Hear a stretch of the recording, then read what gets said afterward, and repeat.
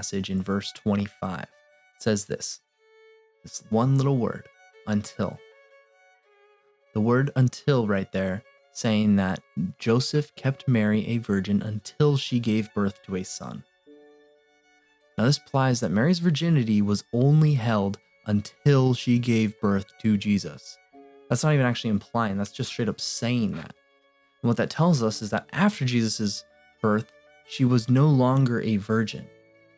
If she would have been continually a virgin, the word until wouldn't have been in there because there would be no need for it. It would say that Mary, it'd read something like this. He took Mary as his wife and kept her a virgin. And when she gave birth to a son, he named him Jesus. Right? That tells us all the same things. It tells us that Joseph took Mary as his wife. It tells us that he kept her a virgin up until the birth. And then it tells us that she gave birth to a son and that they named him Jesus and that they obeyed God in all things. That Joseph took Mary as his wife, that the son was born, and that they named him Jesus, right? It knocks all those marks. The only thing it doesn't do is tell us that Mary was a virgin after. But the word until implies that it was not after. It was only until she gave birth to a son. Now, this is both important and not important for two different reasons.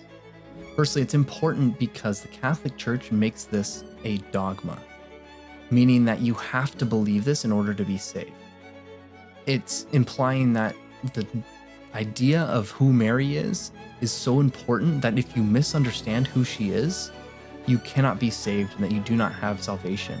It's so far into that they actually call her a co-redeemer.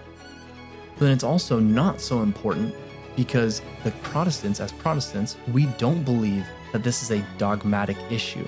This is not a salvation issue. The Marian dogma is not something that we have to figure out in order to be saved, because we understand that Jesus Christ is our one and only Savior, and that it is only through him that we have been redeemed and reconciled back to God.